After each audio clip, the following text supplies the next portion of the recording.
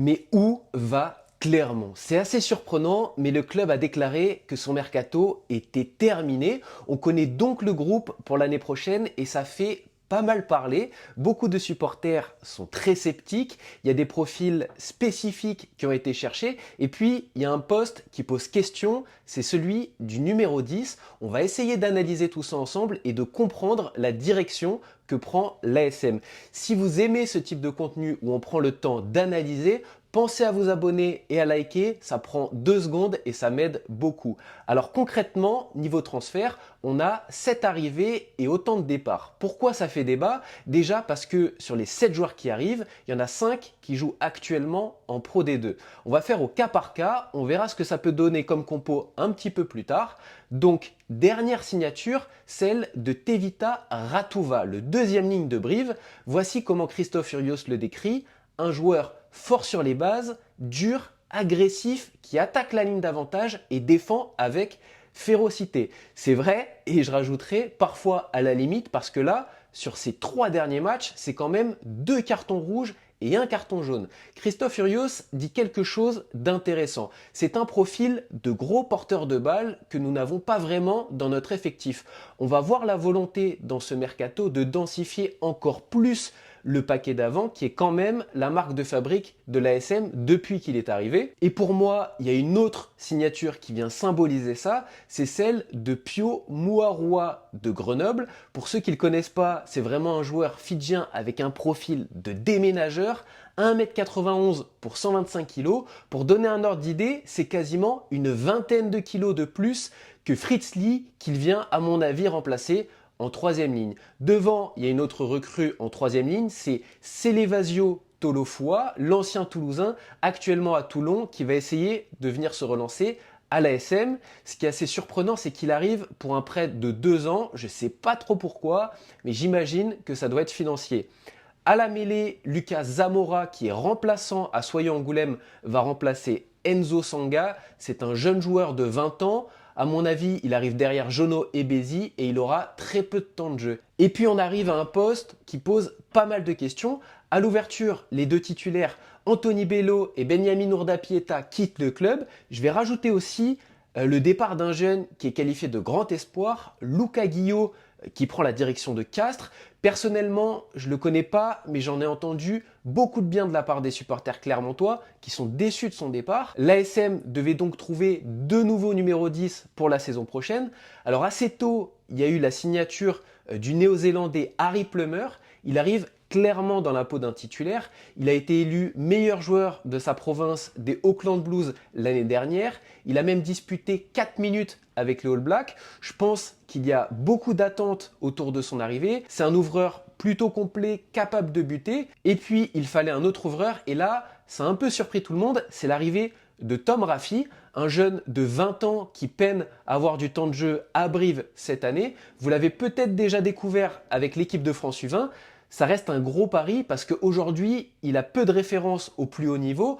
On sait que c'est un poste qui est très exposé, avec beaucoup de pression. C'est un jeune joueur et je ne sais pas si on lui laissera le temps d'apprendre. Mais est-ce que c'est pour être numéro 2 ou numéro 3? Parce qu'on pourrait avoir un joueur replacé. L'autre option, c'est Simonet, l'habituel centre qui pourrait basculer à l'ouverture. C'est toujours quelque chose qu'a eu le staff en tête. Ils l'ont notamment fait démarrer à ce poste au Leinster en Coupe d'Europe. Il a d'ailleurs été formé à ce poste. Voici ce que dit Christophe Furios à propos de lui. Irae a les capacités à trouver les connexions par sa justesse technique et par sa communication. Il a une facilité technique énorme au pied et à la main. Il a été formé à l'ouverture et il a cette capacité de passe qui pourrait le faire évoluer à l'ouverture car j'aime avoir des numéros 10 qui s'engagent et attaquent la ligne. Le truc, c'est que depuis qu'il est à Clermont, il n'aura finalement joué que 8 minutes à l'ouverture, puisque contre le Leinster, suite à une blessure, il a été replacé au centre. Il a démarré 99 de ses 100 matchs au centre. Si tu as envie de faire de lui un numéro 10 et ton numéro 2, et que tu y crois depuis un moment, j'ai du mal à comprendre pourquoi tu le testes pas plus tôt. On a une situation un petit peu similaire avec Tom Spring qui joue ailier ou arrière à Bayonne, qui lui aussi a été formé à l'ouverture, sauf que lui, il a démarré plusieurs matchs en 10 déjà cette année. Je trouve que l'ASM avance quand même sans trop de garantie à l'ouverture. ça va pas mal dépendre des performances d'Harry Plummer, mais il faut aussi penser que c'est un joueur qui arrive de l'hémisphère sud, il va falloir s'adapter, c'est jamais simple, c'est une nouvelle culture, c'est une nouvelle langue et aussi un nouveau rugby. Je trouve dommage de ne pas prolonger un joueur comme Anthony Bello, c'est loin d'être un mauvais joueur, il a que 29 ans, il connaît bien le championnat, il connaît bien le club, il est intégré dans l'effectif, ça aurait pu te sécuriser un peu plus le poste, sachant qu'il n'a toujours pas de club visiblement pour l'année prochaine. C'est une situation que je comprends pas trop. Enfin, au centre, on a l'arrivée de Loa Loa de Nevers. Alors pour le coup, tout le monde est assez unanime pour dire que c'est une bonne pioche. Pour avoir discuté avec quelqu'un qui l'a bien suivi cette année en Pro D2, il est présenté comme un gros franchisseur, capable aussi de faire jouer derrière lui. Je pense qu'il peut être intéressant dans la rotation, sachant que ça reste un joueur de 24 ans. Au niveau des départs, il y a les historiques Fritz Lee et PC Ligato, Alexandre Fischer qui est sûrement la plus grosse perte, même s'il y a toujours du beau monde en troisième ligne, Enzo Sanga et Benjamin Urda Pieta qui prennent leur retraite, Anthony Bello dont on vient de parler, et Luca Guillot, donc le jeune espoir au poste de numéro 10 qui part à Castres. Alors, qu'est-ce qu'il faut retenir? Vous pouvez déjà me donner votre avis en commentaire. Pour moi, on n'aura pas de bouleversement majeur la saison prochaine. Ce qui ressort quand même, c'est la volonté d'aller chercher des joueurs au profil très puissant. Ratouva, Muaroa, Tolofua, Loa Loa sont quand même des gros porteurs de balles capables de gagner les collisions. À mon avis, le système va pas changer l'année prochaine. L'ASM va continuer avec un gros paquet d'avant. Ça sera pas spectaculaire et il y aura beaucoup de combats. Et finalement, c'est aussi ça la patte Christophe Furios. On voit la volonté du club de lui faire confiance. Il a été prolongé jusqu'en 2027 avec une option pour 2028. C'était aussi sa demande de s'engager sur le long terme pour bâtir un projet. Aujourd'hui, la présidence lui fait confiance et on lui donne les clés du camion. Alors, est-ce que ça va fonctionner? C'est dur à dire, mais en tout cas, c'est lui qui construit son effectif et il a l'air d'avoir la main sur le recrutement. C'est avec ce genre de groupe qu'il a été performant à Oyonnax et à Castres, où il a quand même terminé champion de France. Pas de star, mais un groupe qui te fait la guerre. Il aime les joueurs rugueux, revanchards, les vrais soldats. Et on voit que à Bordeaux, par exemple, la gestion a été plus compliquée, même si d'un point de vue sportif, les résultats étaient plus que satisfaisants. Ça a mal fini et il a été licencié. Sûrement que le contexte était moins adapté pour lui et c'est quelque chose qu'il a pu aussi reconnaître après. En interview, il a déjà dit « Je dois être meilleur avec mon patron dans la relation, dans la mise en place et dans la clarté des infos. Je ne l'ai sûrement pas été avec le président de l'UBB. Il faut que je sois meilleur avec les leaders dans le choix, la relation, la confiance. Ce sont eux qui gèrent le truc. » À Clermont, ça semble quand même un peu différent. Le président, donc, a l'air de beaucoup croire en Christophe Furios. Je trouve que c'est symbolisé notamment par cette prolongation sur le long terme. On sent aussi une solidarité avec les leaders que peuvent être par exemple Baptiste Jonot ou Georges Moala. Je me souviens d'une interview où Moala avait été par exemple très élogieux vis-à-vis de Christophe Furios qui lui donnait pas mal de confiance. Alors à quoi pourrait ressembler le 15 de départ pour la saison prochaine? En première ligne, on a beaucoup de rotation cette année et ça devrait continuer. À gauche, Sacha Lotrian et Georgi Akaladze devraient continuer de tourner. On verra comment Étienne Falgou revient après sa grosse blessure au biceps. Au talonnage, Fainga, Massa et Fourcade vont se partager la place. À droite, Montagne et Ojovan semblent en revanche quand même devant Alala Toa que je trouve assez décevant depuis qu'il est arrivé. En deuxième ligne, Thomas Seyt est beaucoup utilisé par Christophe Furios. Je pense que ça va continuer. Rob Simmons est revenu titulaire aussi après sa blessure, mais il a 36 ans. Je trouve que Thibault Lanin mériterait un peu plus de temps de jeu, mais c'est un profil qui est différent, plus mobile. Et avec la signature de Ratouva, donc ça fait 4 deuxième lignes. En troisième ligne, je trouve que c'est le poste le plus fourni et avec le plus de qualité. Il y a 6 ou 7 joueurs de très haut niveau. Je ne sais pas quelle sera la hiérarchie l'année prochaine, mais à mon avis, s'il y en a un qui se dégage, c'est quand même Kylian Tixeron qui continue de bien progresser. Autour, je pense que Marcos Kremer plaît beaucoup au staff. Après, à voir qui serait préféré entre un Tolofua, Moarua ou Sowakula dont on parlait. En tout cas, ça fait pas mal de profondeur sur le poste. Et puis aussi, peut-être des adaptations qui seront faites avec les joueurs issus de la formation française. Donc ces joueurs GIF, on sait qu'il y a un certain quota à avoir sur une feuille de match. Et parfois, ça implique de choisir un GIF plutôt qu'un joueur étranger pour respecter ces fameux quotas. À la charnière, je pense que là, il n'y a pas de doute, ça sera Baptiste Jonot à la mêlée et donc la recrue Harry Plummer à l'ouverture. Pareil aux ailes, Raka et Delgui à 100% me semblent quand même être les choix préférentiels. Au centre, Moala est tellement important, mais souvent blessé. À voir s'il sera associé avec un Simonet dont on parlait la possibilité d'une bascule en 10. Ensuite, il y a le prometteur Dari Carrère qui revient de 4 mois de blessure. Il y a aussi Loa Loa, la recrue. Et puis Fouissa qui, je trouve, déçoit jamais quand il est aligné. À l'arrière, Newsom a beaucoup joué cette année avec notamment les nombreuses blessures d'Amdaoui qui a eu du mal à enchaîner.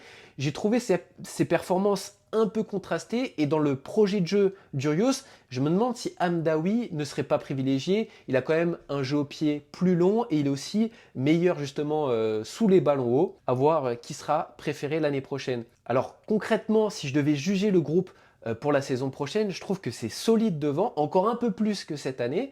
En revanche, derrière, ça me semble moins complet. J'ai la sensation qu'il y a trop de dépendance vis-à-vis de certains joueurs clés dans le système. Si tout le monde est présent, ça peut faire mal. En revanche, dès qu'il y a des joueurs qui sont absents comme Moala, Delgui, ça perd beaucoup en qualité et il risque d'y avoir ce même problème à l'ouverture la saison prochaine. On en a parlé, mais tu n'as qu'un joueur confirmé en réalité. Si on compare à d'autres clubs, tu es moins bien armé. À Montpellier, par exemple, l'année prochaine, ils ont 5 joueurs confirmés qui peuvent évoluer à l'ouverture. Stuart Hogg, Miotti, Thomas Vincent, Reus et même Colli qui peut dépanner. Pareil à l'USAP, ils ont McIntyre, Ocagne, Tommaso Allan et Tristan Teder. Et puis ça soulève un autre problème. Simonet n'est pas un buteur. Si Jono et Simonet sont associés à la charnière, alors tu n'aurais pas de buteur sur le terrain. Et à ce niveau, c'est des détails qui sont quand même très importants. Je ne fais pas partie de la cellule de recrutement évidemment, mais je trouve qu'il aurait été plus rassurant par exemple d'aller chercher un joueur comme l'ouvreur de Valence Roman, Lucas Méré ou encore Hugoson, d'Aurillac dont on entend beaucoup parler ces derniers temps. Si on prend du recul, je trouve que l'ASM gagne en qualité devant pour l'année prochaine. Ça peut être intéressant parce qu'ils sont déjà très performants dans ce secteur cette année et derrière je ressens pas véritablement de différence marquée avec cette année. On verra si la signature de Plummer va être payante parce que c'est un choix fort et à mon avis, ça repose quand même pas mal sur lui. Je vois par contre un motif d'espoir avec l'émergence des jeunes joueurs et c'est aussi peut-être là-dessus que mise Christophe Urios et le club. Cette année, il y a eu l'arrivée des piliers Lotrian et Montagne qui ont tous les deux 24 ans. Massa au talon n'a que 22 ans. On sait que c'est des postes à maturation et ils vont faire que progresser. Je pense à Massa par exemple, qui a connu des débuts très difficiles en touche et qui a bien pris le pli depuis. Jono n'a que 21 ans et il enchaîne les matchs, comme le centre Dari Carrère. Tixeron est lui en train de s'imposer en 3e ligne alors qu'il n'a que 23 ans. C'est des joueurs qui peuvent être déterminants dans le renouveau de l'ASM. Clermont qui peut aussi compter sur un des plus beaux publics de France. Dans une saison, ça peut jouer, tu peux avoir ce supplément d'âme, que ça soit à domicile et même à l'extérieur. Je trouve qu'ils sont toujours très présents, la Yellow Army. Ensuite, un autre point qui peut être déterminant la saison prochaine, c'est le pari de ces joueurs agressifs parce qu'il va falloir trouver le juste équilibre. On sait que c'est une équipe déjà qui peut avoir des problèmes de discipline et c'est un risque quand tu as des joueurs agressifs de tomber dans l'indiscipline. Il va falloir trouver une forme d'équilibre parce que la discipline, c'est quelque chose qui peut te plomber un match et c'est important sur une saison. Et puis, est-ce que Clermont sera qualifié dans la Grande Coupe d'Europe la saison prochaine? Ils sont actuellement à la bagarre pour une place dans les 6. On voit que rien n'est définitif dans ce championnat et ça va se jouer à pas grand-chose. Évidemment, financièrement, on sait que c'est important d'y être, mais par contre, c'est aussi coûteux physiquement. On l'a bien vu cette année, ça a pas beaucoup fait tourner. C'était une volonté du club et de Christophe Furios d'aligner à chaque fois la meilleure équipe possible et d'être compétitif en Champions Cup, mais c'est coûteux physiquement. Je trouve que ça a été aussi symbolisé par ce 8e à Northampton où de mémoire, c'est 3 joueurs qui sortent blessés et certains grièvement. Il y avait notamment Fritz Lee avec la fin de saison terminée. Et ça fait encore plus mal quand tu n'as pas la profondeur des grands clubs et que derrière, il faut rattaquer en championnat. Alors, est-ce que ne pas se qualifier, ça ne serait pas un mal pour un bien? Ou alors, il faudrait peut-être prévoir un peu plus de rotation l'année prochaine? C'est toujours dur à mesurer quand on sait l'importance d'une qualification européenne et le prestige que ça peut représenter d'y jouer. En tout cas, on va suivre ça de près. J'espère que la vidéo vous a plu. Pensez à vous abonner, laissez un petit pouce bleu et un commentaire si c'est le cas. C'est quelque chose qui nous aide, nous les créateurs. C'est important pour soutenir mon travail. Merci et à bientôt.